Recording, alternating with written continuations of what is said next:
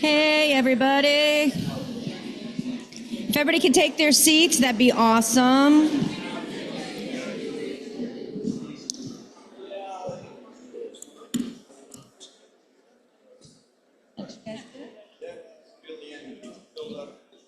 Yes, exactly. So much pent-up energy in the room building up to this ultimate panel. No, I'm going to stand right here. You have that seat.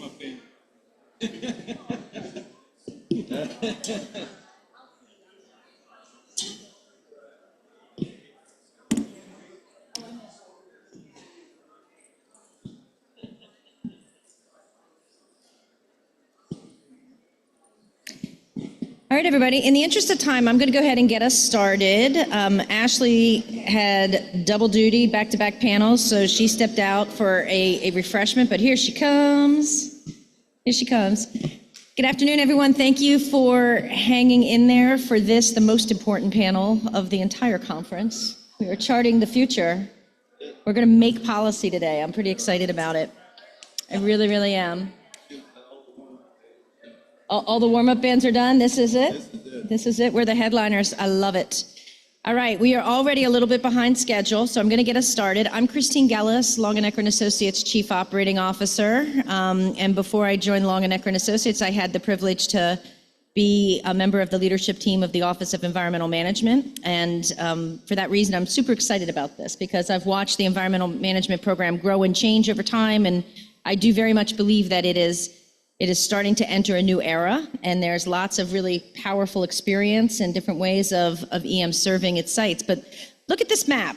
So this map kind of shows you how far EM's come in its 35 years. And what this is showing you is that there's 15 sites officially remaining in the program, and less than half of them are actually single program EM sites, right? So those are the green ones. The yellow ones are where there's EM liability, EM legacy work to be completed, but it's at a site that is either multi-program or where the landlord is held by a program office other than EM. And of course, Savannah River's on that list, and Savannah River is really in the state of change right now, but that change is upon us. So after 35 years of EM being kind of a mission program, right? Like focusing and operating organizationally within the department as a mission program, with its peers of nuclear energy, NNSA, science, et cetera. And now it's also starting to be sort of a service program. And so at these sites that are not green, EM is maybe conducting the classic EM mission, but they're also doing it in concert, in some sort of synergy with another program entity. And that starts to present some new issues, some additional issues, maybe some added complexity.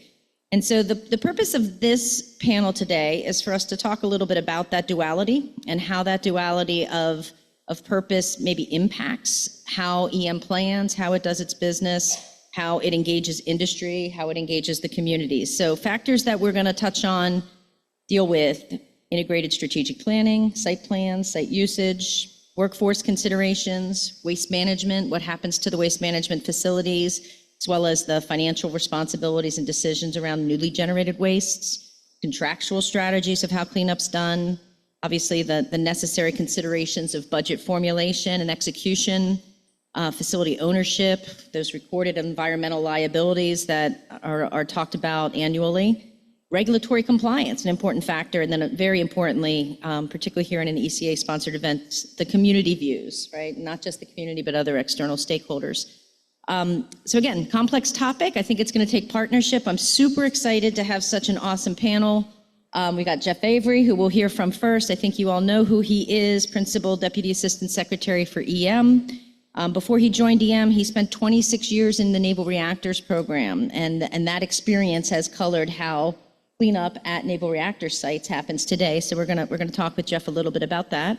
Jim McConnell, NNSA's Principal Deputy Administrator.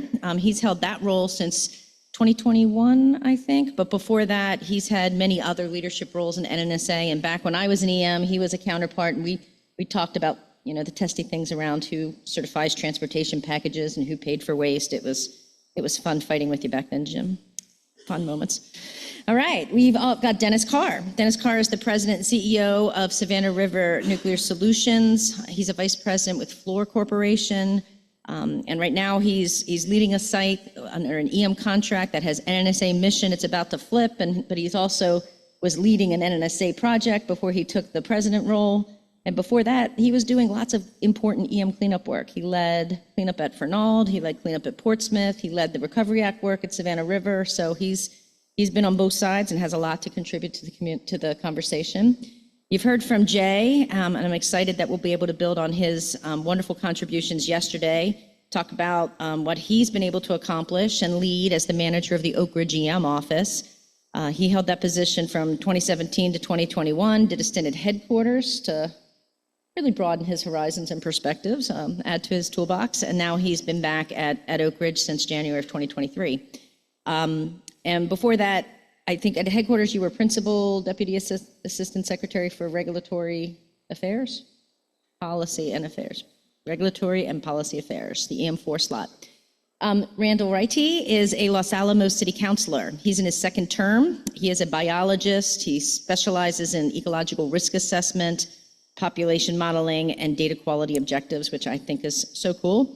He has lots of experience, and he's worked on DOE sites, DOD sites, EPA-led Superfund sites, so I think he has a lot to contribute both as a practitioner, but very importantly, as a member of one of the communities, and thank you for your service in that role. It's important. And of course, you heard from Ashley. I don't think I need to introduce her again, but she's serving an important role on this panel, again, sharing some of the contractors' experience, working with the communities and implementing really EM cleanup at Oak Ridge, which has done so much to accomplish this. So we're going to get started. Thank you for letting me give that introduction. We're going to begin with policy and planning at the programmatic level. And Jeff, we're going to start with you. We could talk a little bit about EM's overarching philosophies and policies around how cleanup should happen at sites that EM doesn't own, and talk a little bit about your progress and your experience there.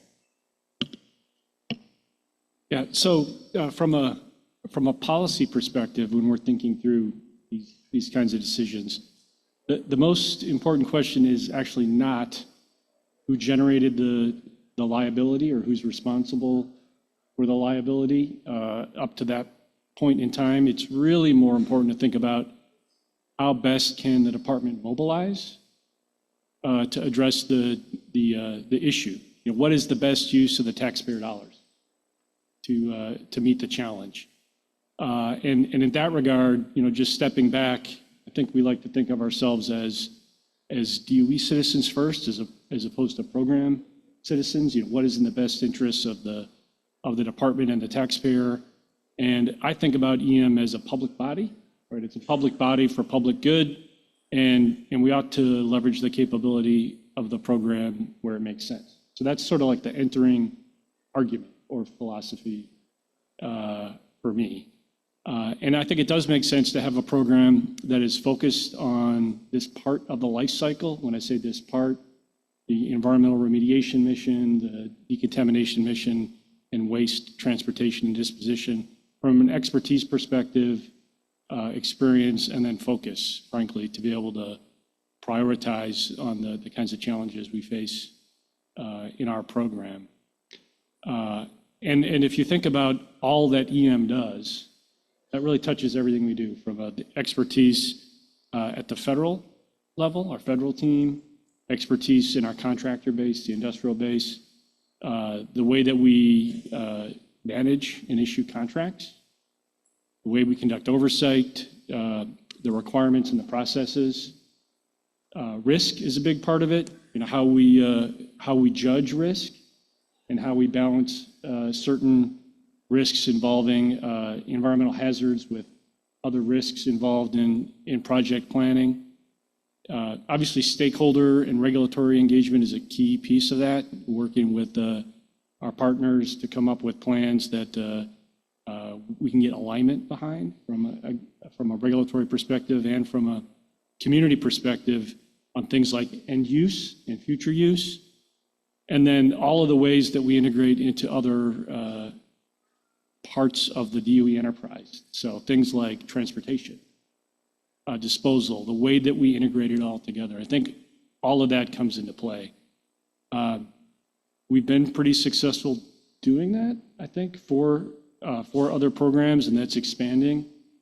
We're doing great work at Lawrence Livermore National Laboratory as an example. A lot of great projects in the done pile there, and a lot more work to do in the future to support the national security mission at a pretty constrained site from a footprint perspective.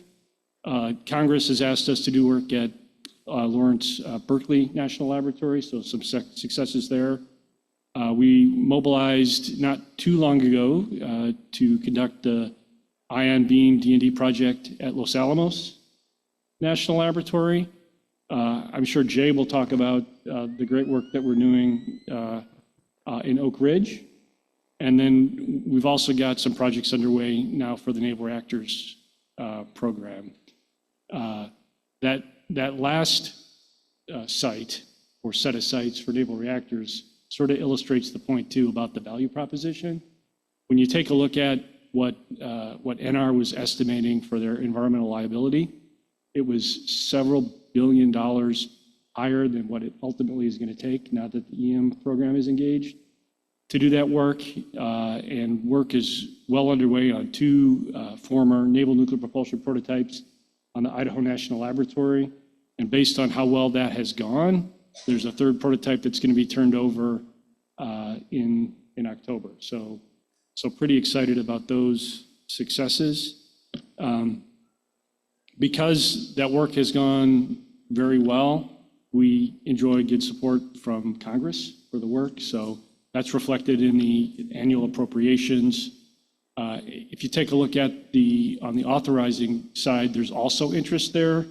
For example, if you take a look at some of what has been in NDAA in previous years or in markups for the current year, strong interest in just learning more and understanding more and reporting and some external reviews on projects that we're doing on behalf of NNSA as well as naval reactors. So broad support.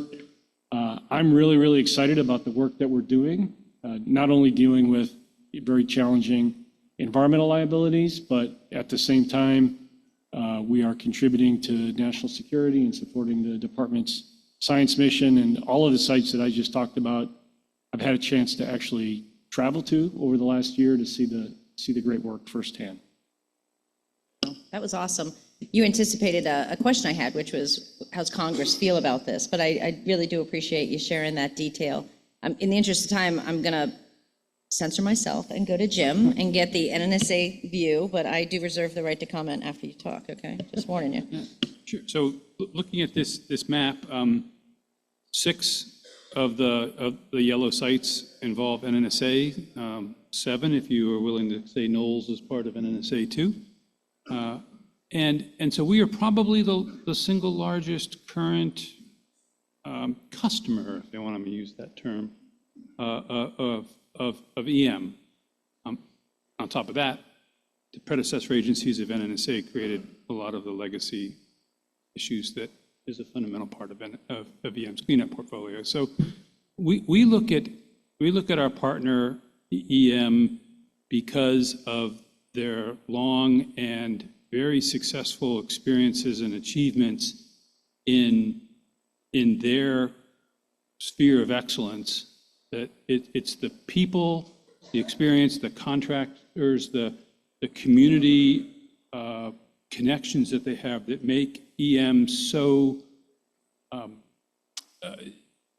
successful in its key mission, which is not an area that NNSA has devoted time and energy to reach that level of success. So we are certainly a customer, and we see it that way. We kind of look at EM in three boxes, right? There's the legacy cleanup box, which doesn't have that much interaction with NNSA other than we cause the cleanups that they need to address. But waste management is a very big thing, right? We generate a lot of waste in our activities that we use a service within the Office of Environmental Management to help us efficiently, effectively, both in terms of time and money and people, manage. And then there's a lot of old, excess, contaminated facilities that either are or eventually will be very challenging to deal with. And that is another one of these areas where the EM experience and expertise is very attractive to us. EM's actively D&D'd some facilities in our enterprise. Jeff talked about Lawrence Livermore, couldn't be happier with that. It's a 1 square mile place with a lot of the land was encumbered, and so in order to do new stuff, you first have to deal with the old stuff. And our workforce is just as excited seeing old stuff getting taken down as they are by seeing new stuff being built. The energy you actually get from the Lawrence Livermore employees when they come on site and see where these facilities have just been there year after year, they just become part of the norm, and now they're gone. And that really does serve as a fairly significant part of that motivation and the belief in change that is part of what we need to make sure our enterprise keeps going forward. So very, very happy with that. Some of our most challenging facilities we aren't actually out of yet. So there'll be some more time before we then turn over those challenging excess facilities, primarily places like Oak Ridge in the Y12 plant. So very good experiences so far with everything we've been doing. I won't steal the thunder of folks who know even more about Oak Ridge than I do, but that's another example of a great partnership. We see that going on. We see that partnership extending for the foreseeable future. There's this system works, and don't fix it if it ain't broke. So that's where we stand. Great, thank you. I'm going to turn to Oak Ridge because I think we've got a lot of good experience there to share here. So 3 mission sites there at the Oak Ridge Reservation. I think really relevant lessons to apply to this conversation. I was thinking back as I prepared for this panel, about 15 years ago, EM had a less agile approach to future liabilities. We wanted to plan from start to finish the entire facility disposition mission at Oak Ridge. We had the integrated facility disposition project. We're going to manage it like a capital asset project with critical decisions, et cetera. I think policies and planning assumptions have evolved in large part because of what you guys have accomplished, and I think you're making our policies better. So let's start with you, Jay. What do you want to share about how environmental liabilities are being addressed at Y12 and ORNL? First, I think I'm on the wrong panel. I came to the one where we bash more on UT. And thank you for staying. I know this is the last panel of the day, and I keep hearing "are the party" out there, so thank you for staying. And I think you're right, Christine.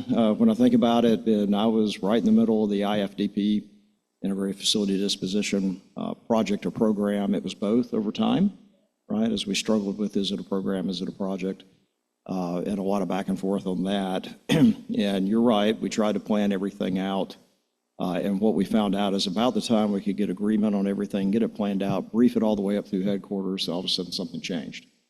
And then there was the recognition, the GAO came in, IG came in, produced a couple of reports. The worst of the excess facilities are at Y12, and 25% of the department's high-risk excess facilities sit in Oak Ridge. EM owns about 2/3 of those. Most of those that we do own are over at Oak Ridge National Laboratory. For whatever reason, those got transferred faster. Perhaps the scientists were quicker to get them over than the production folks were. I don't know. But what that's caused is kind of a mixed bag. So at Y12, you have facilities that are owned by NE, operated by or surveilled by science. You've got science facilities still sitting there, EM facilities sitting there, and NNSA-owned facilities. Many of those are very similar facilities. They just happen to be at different places in the disposition pipeline when the door kind of got shut on transferring stuff to EM. One of the things that was frustrating for us in Oak Ridge that kind of slowed us down is there was a pretty laborious process of transferring facilities, and bureaucratic, of course, of transferring facilities from one program office to another. And there was a lot of reluctance to pull new facilities into the EM program because of the liability that came. And if you're just continuing to add liability, you never really have the headspace to tear the facility down because you're spending all your time and all your resources doing surveillance and maintenance. So all those things were going on at the same time we started getting plus-ups to do D&D in around 2015 in Oak Ridge at those two, at Oak Ridge National Laboratory and Y12. So that meant we had to come up with a more innovative and agile process, and God knows Kim probably thinks I'm extremely flexible in everything I do. So Kim's setting up fraud, yeah. If you know me, you'll understand that joke. Not very flexible. But what we did was come up with a way of transferring operational liability or operational control through MOU processes, which allowed us to do that locally and not get into the bureaucracy and the angst associated with a formal transfer of the facility. So as long as we were getting funding from Congress to work in a facility, we would take it and do that work. It also kind of forced us to think about how we wanted to construct the contract with the contractor to do that, because you don't want to have halfway torn a facility down and then run out of the funding. So it made us think through the having on ramps and off ramps. That was a bit of a struggle in 2015 when we got a bunch of money, and then Congress thought, we gave you money, I think, on a Thursday, why aren't you working on a Monday? And it takes us time to get things on contract.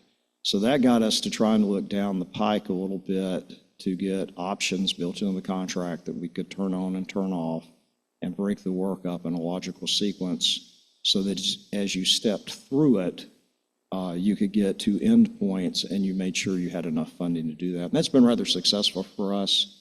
Really, the first test was the old biology complex, or Mouse House, you may have heard it called. It was where the Human Genome Project started.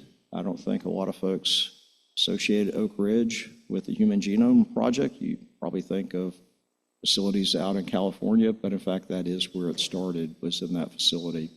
And that facility was kind of cobbled together over time, as a lot of our facilities are, where you just add on and add on and add on. South Carolina, where I'm from, we have something called a trouse.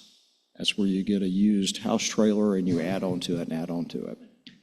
We have those in Tennessee as well. It's mostly UT grads, as I understand, that live in those. Yeah, I'm gonna keep doubling down here. I've got a UT grad back in the corner who I think's getting rather agitated. Yeah, it is, isn't it? Yeah, I know. So no means to love me. But what that allowed us to do is really start stepping into quickly, getting into those facilities and getting some experience working on other sites. At ETTP, where we had primarily been focused, that was, master of your own domain. We could move around, do what we wanted to in our sequence. At the same time, we were getting those plus-ups, science and NNSA were getting plus-ups to modernize. And so now it became an interesting logistical dance to get everybody on and off, figure out where everybody's going to park, where you're going to lay your equipment down, and that has continued till today. The biology complex actually allowed us to get in there and work through some of that and helped us to further develop a lot of our relationships. And that has evolved over time. There's been lessons learned with that. But biology complex has been a pretty big success. That was a science-owned facility sitting on NNSA-owned land that EM took control of, tore the facility down, turned it back over, and now NNSA is building their lithium processing facility there. And so currently we've gotten into Alpha 2, started demo on that, I think it was last week. Time does fly. I think Ken, actually, we were here yesterday morning, you saw a in real-time video. If you guys watched it, it was, so I guess you didn't see it because it was, yeah, it was fast. But that is the beauty of being able to incentivize the contractor, right? There you go. So this is the audience participation point. You guys can laugh at the, yeah, please, right? Because I keep doing it until you do laugh, so there is that. But that has allowed us to get into that, and we could not do that. I mean, you hear a lot about partnerships here, but I can't emphasize that enough. If you were at the previous session where you heard about TerraPower and you heard about the BUT 500, those couldn't have been done. There was a host of organizations and entities involved in that. None of that can happen without really good partnerships and relationships. And so that is what we enjoy. And we, this EM 2.0 has been batted around, and it got me to thinking about that. And I honestly believe, you can't be a little bit pregnant, you're pregnant or you're not. I think we're already into EM 2.0 personally. We're doing it in Oak Ridge. The biology complex was not a legacy facility, right? I mean, that was not originally in the books for EM to do it. It didn't appear on our books. Alpha 2 is not an EM legacy facility. So we're already in making space available so that the other program offices, and the same thing is going on over at Oak Ridge National Laboratory, so the other program offices can come in and do modernization. And because the sites are closely located, and at one point in time, Oak Ridge was run as one big complex, things are always interconnected there. So even though you have two different program offices running two different sites with a big EM presence there, there is a lot of shared infrastructure that crosses over the ridge. We run both the permitted landfills that both program offices send waste to, and we run the circle landfill where we send the D&D waste. So all in all, I think it's actually been a pretty successful model for us. We continue to enjoy good return on investment, which for me means projects getting done ahead of schedule, generally under cost, which has allowed us to buy down. We were not supposed to be over at Y12 and ORNL yet within our original baseline, if you look back in the 2009, 2010 timeframe. So that's allowed us to get started earlier, start buying that mortgage down. And we have enjoyed for the last 5 years a constant reduction in the EM liabilities, at least at Oak Ridge writ large. And I would expect us to continue to do that. Because once you get the momentum, it's easier to keep the momentum up. Yeah, thank you. Yep.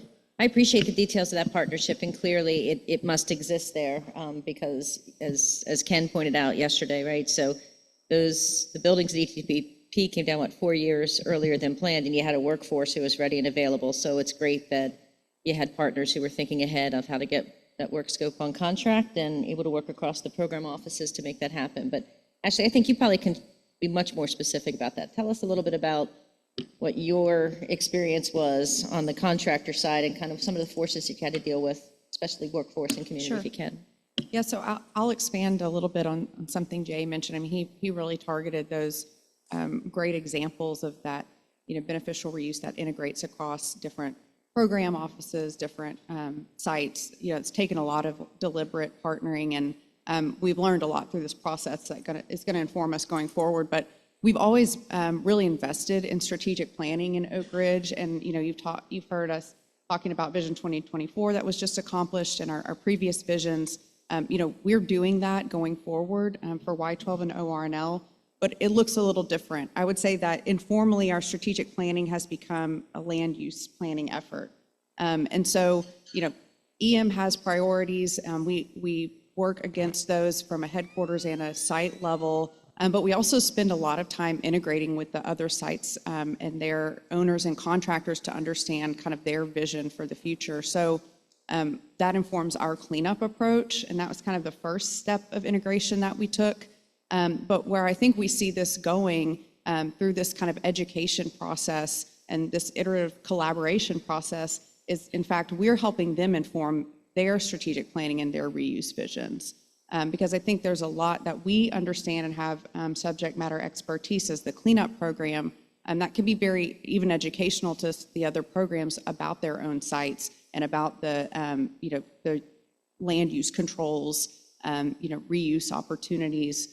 So I think what's really fascinating is now instead of them having kind of their blue sky vision, we're helping them create an informed vision for their site based on what cleanup looks like. And so I don't see that engagement and interaction going away, even if EM isn't still in the removal of facilities posture. So I think that's kind of a potentially enduring approach, is to come alongside, whether it's those in NSA or Office of Science, or even out at ETTP, Kairos, for example, to kind of be their partner as they move forward with development. Even though for all intents and purposes, our cleanup at the site is done, and they're able to move out with beneficial reuse. Thanks.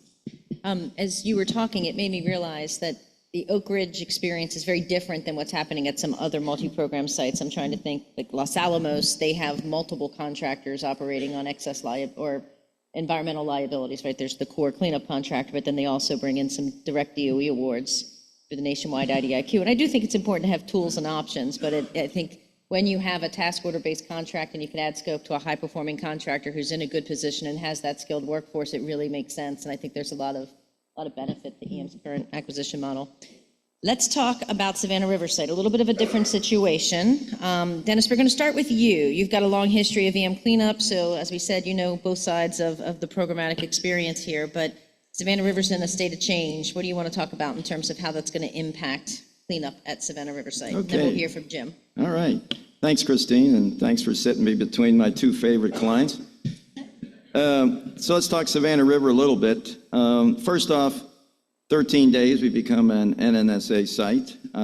We've worked very collaboratively.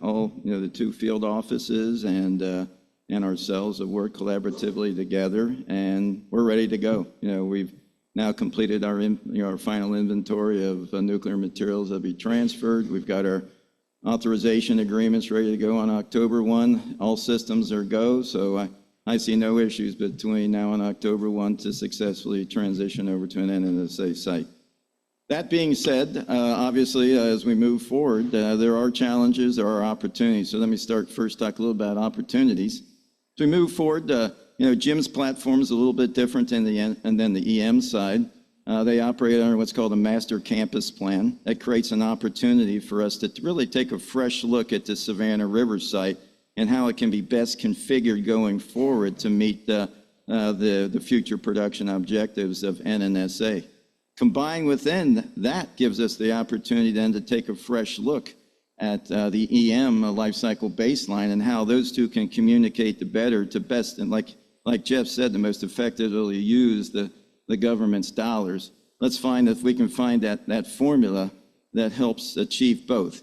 And in the end, everybody has the shared objective of trying to look for what's the most efficient and best use of the hotel load. Everybody wants to reduce the hotel load, but still be able to have a resilient infrastructure to meet the missions.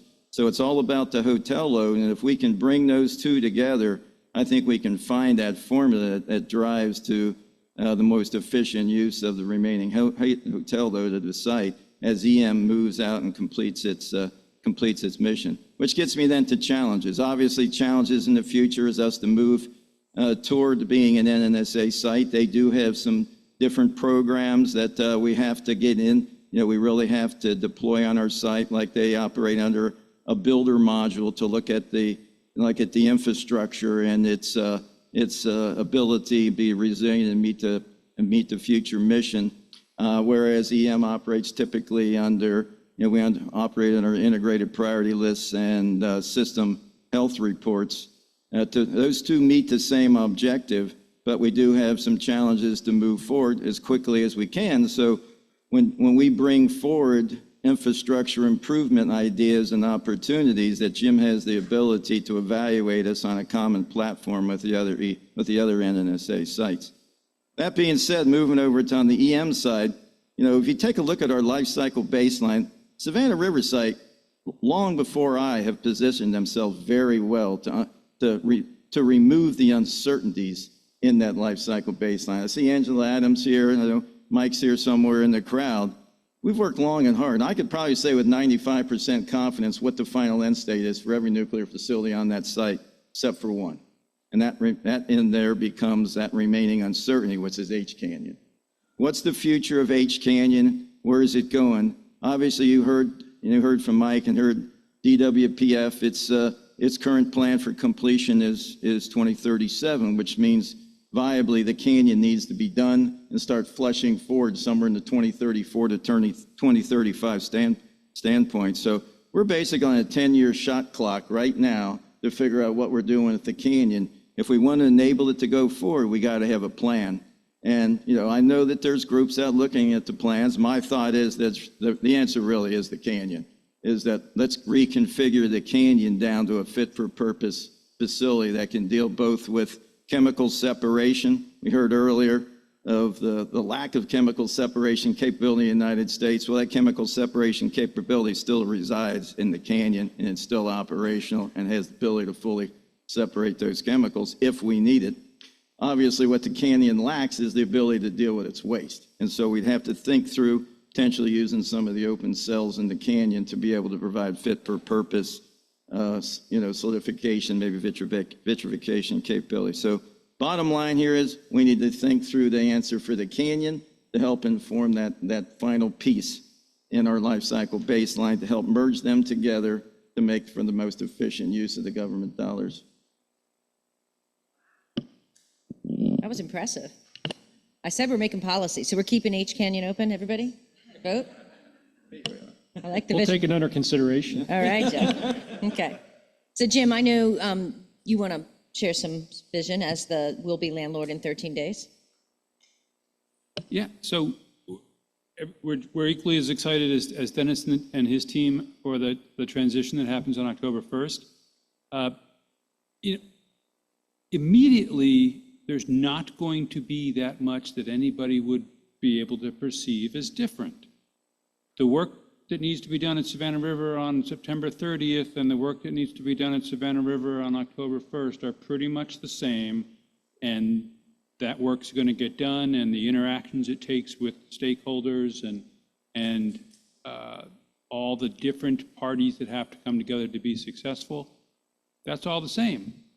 There are going to be some very specific things that were previously under the primary control of the Office of Environmental Management that transfer. We call them landlord functions, but you're not going to find anywhere that term particularly well defined. Right? We have the primary M&O contract, we have the security contract, we have K area, we have the permits and grants and all the interactions with some of the very important other stakeholders. Those things will be managed by people who call themselves NNSA employees. And that's what happens in the short term. I mean, that's the practical implication of this.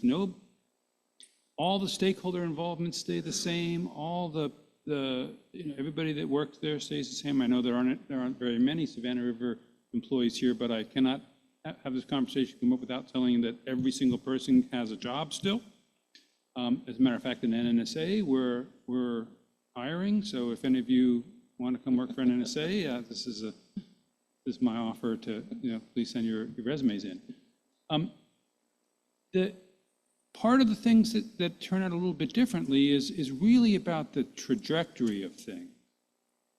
NNSA has a growing and unending need for the capabilities that are resident at the Savannah River site. That's the physical capabilities and the people and the knowledge. EM has a long and not a short, an important set of work to be done.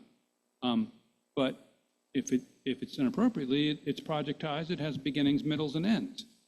Ours doesn't have an end. That's why we're making this transition now to NNSA as the longer term landlord. So this is important, but I don't want anybody to think it's more than it is. That comes with a couple of fundamentally different perspectives on things. I've never worked in the Office of Environmental Management, but it's a little less interconnected, I think, than NNSA is. All of our parts of NNSA have to come together to achieve our missions for the most part, right? There's work in the Savannah River currently, for example, in the tritium facilities, that stuff has to eventually end up at Pantex to be part of our value chain. A little less so for the Office of Environmental Management, so that's going to be something that is perhaps a subtle change. The other thing is that as we have an unending and enduring mission, and Dennis brought it up with how we evaluate, for example, infrastructure.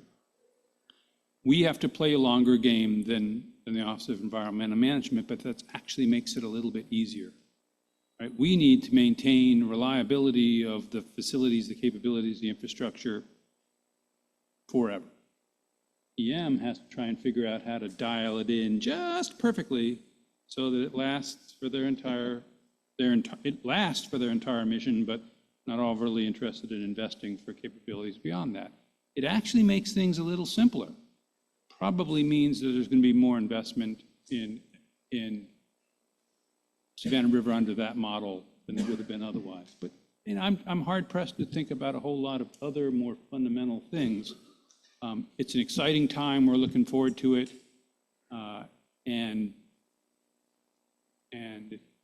it's been a year's worth of hard work for lots of people. It's now coming to fruition. Well, congratulations on that. I know it has been a lot of effort going into this, and I'm excited to see how much enthusiasm and confidence there is. But Jeff, as you know, as everybody knows, there's still an EM presence there at Savannah River site with 2 other prime contracts, with the Savannah River Mission Completion Contract, managing the liquid waste system, and of course the Savannah River National Lab. So do you want to comment at all about Savannah River before we move on? Yeah, just real quickly to emphasize the point that Jim made. With this transition, we're still going to have our D&D portfolio. We're still going to have our environmental remediation portfolio. There is some plutonium that will continue to be EM managed plutonium, and that is all under the M&O contract. And then, as you mentioned, there's the liquid waste mission, which will of course continue, and then the management of Savannah River National Laboratory. Those 2 contracts are unchanged, right, by this transition. So there will still be a robust EM presence. And just as NNSA had work and equities that were managed when it was an EM lead operation, sort of those roles will be a bit reversed, but the work will continue, and it'll continue to be managed by the program that's responsible for it. Again, that theme of partnership is carrying through. And with that, I'm going to turn it, and Randall, thank you for your patience, but I know we need to hear the community perspective, and others will chime in on that. But before I pepper you with questions about how the community feels about these issues, I know you wanted to share a little bit about the Energy Communities Partnership. Yeah, thank you. Thank you for being invited to be a member of this panel, and thank you all for staying through the afternoon and towards the end here. Yeah, so we're pretty excited about an effort that we've been promoting for about 2 years now, and it's called the Energy Community Infrastructure Program. And what this is a program where the Department of Energy would be able to provide assistance for infrastructure projects. We had heard about during the acquisition talk about some of the existing programs, capacity building or minority serving institution programs. But this would be a different kind of program specifically targeted towards infrastructure. There's actually a model program for Department of Defense communities that's been in existence for about 5 years now and has provided tens of millions of dollars. So we're looking at modeling it similar to that program. And so I just wanted to highlight that first as an opportunity maybe for us all to be aware of it and to see if that's something might be available to support our communities. Great, thank you. So thanks for explaining that to us, but can you tell us a little bit about your perspective as a Los Alamos County councilor? I mean, how do you as our representative community member view this question of programmatic responsibility of environmental liabilities at a site like Los Alamos? I mean, does it matter to you who's responsible? What are the complexities for you? Yeah, so thanks for the question. So I think that, so obviously all the sites predate, the having EM separated from NSA. And so, originally we had just the one prime contract there for decades and decades, but from University of California. So I think that when there was the one prime contract, it was in some sense simpler because there was one facility and one contract. Now there are, two different scopes, one much larger than the other one. I think the number was 22, I heard from the president of N3B yesterday. So that is certainly one of the issues in terms of trying to deal with a very large organization that is, Triad versus N3B. And so coincidentally, one of the things that we did have discussion about a little over a year ago, had an energy community sponsored a meeting where we had the Savannah River and Los Alamos officials meeting together, and we were talking about, how do you manage having an NSA, since they hadn't had an NSA previously, and EM together. And so we had a lot of good discussions. A lot of the common issues involved, workforce. They have slightly different issues in terms of availability of land, although they discussed that they only had, I think, about 200 acres of land that they had available to transfer. So that's an issue that we've had. Just the length of time sometimes it takes to go from a law saying there's going to be land transferred to actually having it transferred, and then of course you have difference in the contractors available that are managing the different parts of it. So that has certainly been an issue, but we've had pretty good luck, raising the issues, making sure that the community is heard, and also the region. So we do try to have discussions with our regional partners and try to work together. If we have common issues, we definitely amplify those. It's like the example I gave of the energy community program. We actually had representatives from Santa Fe County on board as co-sponsors of that for the National Association of Counties resolution, which isn't the case for everything that we do or that happens in Los Alamos. Yeah, and I think just generally that the EM cleanup, often a lot of the sites primarily are within the laboratory boundary, so they help facilitate the work that needs to happen to rebuild facilities there as well. So that's something that's important to making sure the mission is completed. And so I think that we've been able to work fairly well, collaboratively together. Middle DP Road was an interesting event, right? That it was sort of a traumatic experience of this discovery of historical contamination at a site that EM had cleaned up under the Recovery Act. It was not actively part of cleanup of N3B. N3B wasn't actively doing work at that particular area at the moment, but that question of who was responsible, who was the responsible party can you talk at all about how Los Alamos County felt about that exercise and if there's any lessons we should learn? Sure. I think, I'm not sure if everyone's familiar with that particular site, but it was actually discovered on Valentine's Day in 2020. And the end date of it was actually Valentine's Day of this year in 2024, 4 years later, when the Mexico Environment Department actually issued their letter agreeing to the conclusions of the report that was written. There was no hazardous waste, basically at acceptable levels. But it was during an infrastructure project that Los Alamos County was doing. It was installing a sewer lift station, and it happened actually, I think, on a weekend. I think that was a weekend project, and there was, I think people that do work in Los Alamos are somewhat aware of finding something unusual. You have to kind of stop work, So they called out the actually fire department to the site, and I believe it was fairly short order where it was understood, yeah, this is a potential legacy contamination site, and NNSA would have responsibility. I think it took a little bit more time to actually, figure out the funding mechanism. Yeah. So that was one of the hangups was, understanding where the funding would come from, because it turned out to be, as some things do, much more expensive than it was originally planned, and that's part of the reason for it taking 4 years. It wasn't, 3 years of NFU. So that was one part of it. So that would be a lesson learned. I think there was pretty good communication, ongoing communication with, our utilities manager, the county manager, frequent reports to the county council. So I think it was viewed to be a pretty good example of, pretty open communication and information to the community, just so that people weren't concerned, because it's also an area, so it's an open road to so many businesses in Los Alamos. So people would just be driving by.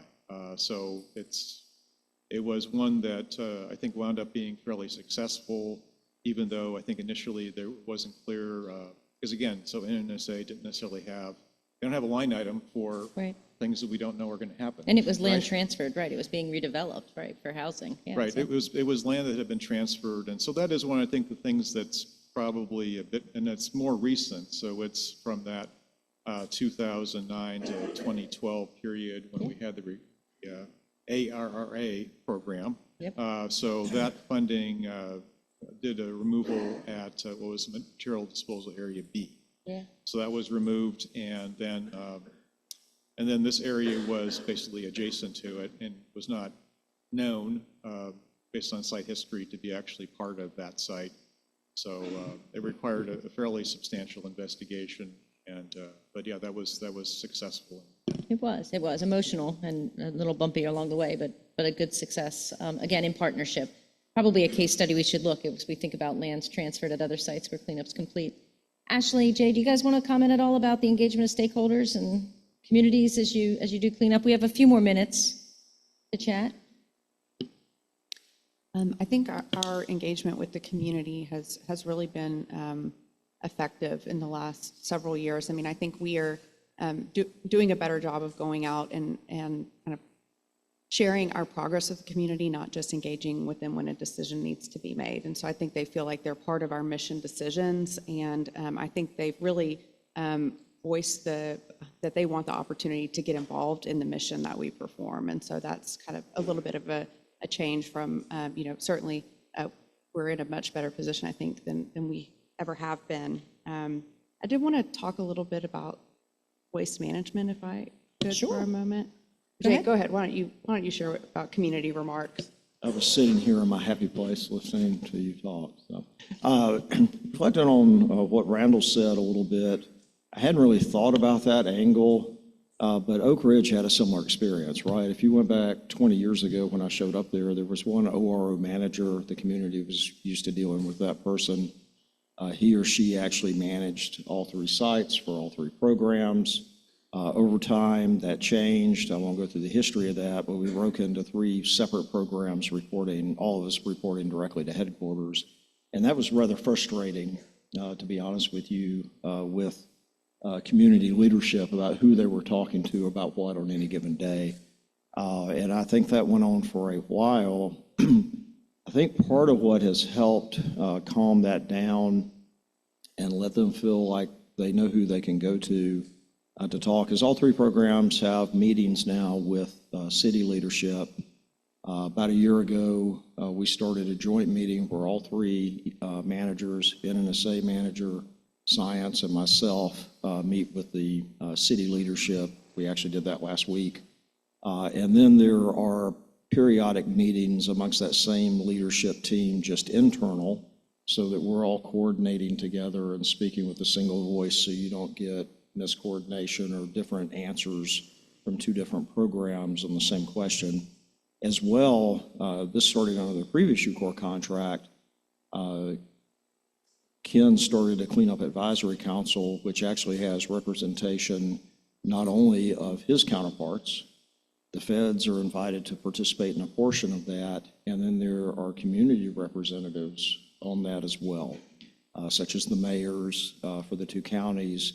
So Oak Ridge sits in the city of Oak Ridge, so the reservation is pretty much all in the city of Oak Ridge, kind of unique for most DOE sites.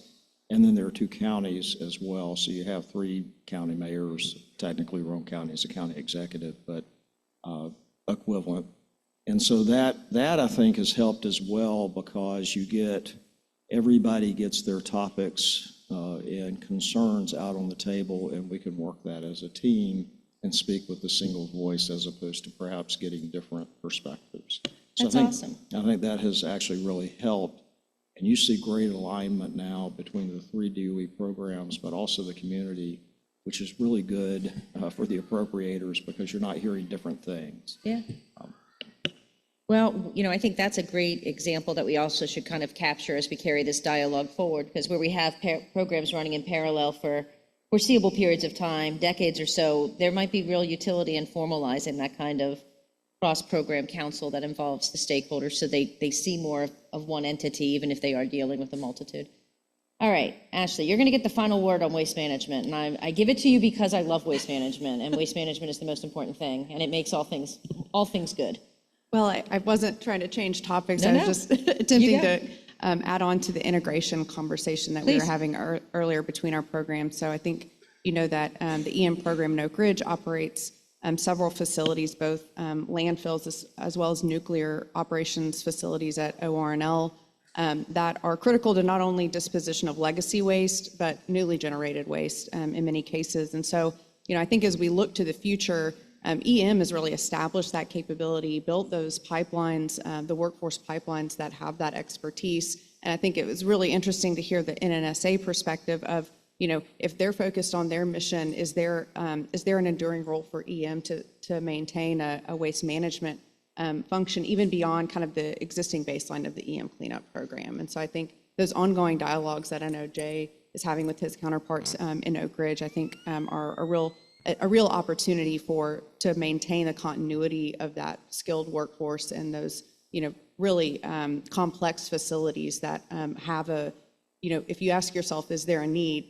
The answer is yes. Yeah. So, who's the right person to do it ultimately? I think that's part of the conversation. I'm glad that you brought that up, because when you think about what is the future of EM, clearly the cleanup mission needs that waste management system to function complex-wide. And while it is a different integration paradigm than NNSA has, a different, value add, there is this integrated process flow of waste moving between sites to some degree, where, to just exercise that integrated waste management system. But also the mission is going to continue to generate waste. And so I think Dennis's example about H Canyon is a really important one for us to think about. But of course, that takes programmatic coordination. We shouldn't be shutting down facilities before we know whether or not there's somebody who would benefit from them. And maybe that somebody is outside of the program who owns the facility. So I'm going to try and wrap us up here really quick. And here are the takeaways I got from our conversation. And thank you all for your contributions. I thought they were really fantastic. And thank you all for staying to witness their wisdom. But EM has expertise, and that's why EM is being trusted by the other programs to continue to take on liabilities. And it's not just about the legacy that came into the EM program. It's also new facilities or new waste management activities that might be handed off to EM to be worked with other people's dollars. But the reality is one size doesn't fit all. And so different sites are going to handle it differently. And it's important that we have that flexibility and we not go back to the old way of thinking that it has to be exactly one planning process and the pipeline is closed and not one more day or dollar gets added to the EM liability, right? So I appreciate your flexibility in that. NNSA is probably EM's largest customer. And so it's important that we learn from that partnership as we go into this new era of Savannah River, but you guys seems like you got it handled. There is widespread congressional support for the recognition of EM's expertise and the collaboration between program offices, so we should work to sustain that. The workforce is an important consideration, both in using the skilled workforce that EM has, making sure that it doesn't go away before it might be needed at a particular geographic site, but also this recognition that progress in changing the landscape at a site actually has an impact on workforce morale for the mission programs, and so that's awesome. Heard the importance about planning ahead and having contractual flexibility. And as I mentioned, I think the EM and state contracting model actually provides for that flexibility at these sites. There are lessons learned in case studies, and we continue to have them, and I continue to learn about a few. The importance of strategic planning, and the very, very important inclusion of the communities and recognizing that we have to be as inclusive as possible so they don't feel like they have, a multitude of counterparts in the department. So I don't know, I think this was a pretty good conversation, but one that I think we should continue in future events. Thank you very much. And if you guys could join me in thanking these panelists. I wanted to close the meeting, but I guess I have to give it to Seth. By the way, I got a hat. Thank you. Thank you, Christine, of course. So I just want to thank you all. This has been an amazing conference, record crowd. Really appreciate it. I really can't thank enough FCOG, the partnership that we've had with all of you, the Department of Energy, Jeff, and EM, that partnership, us running this together has been fantastic. All of you, we really appreciate it. So I just want to say once again, thank you. We look forward to seeing you again here next year. So thank you very much.